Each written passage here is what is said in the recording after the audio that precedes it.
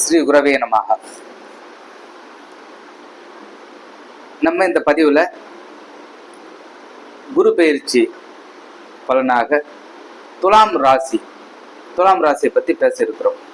இந்த துலாம் ராசிக்கு பார்த்தீங்கன்னா இந்த புதிய முயற்சிகளால் நல்ல மேன்மையையும் நன்மையையும் அனுகூலத்தையும் தந்திடும். இந்த குரு பயிற்சி ரொம்ப மேன்மையான பலன் தான் சொல்லணும்.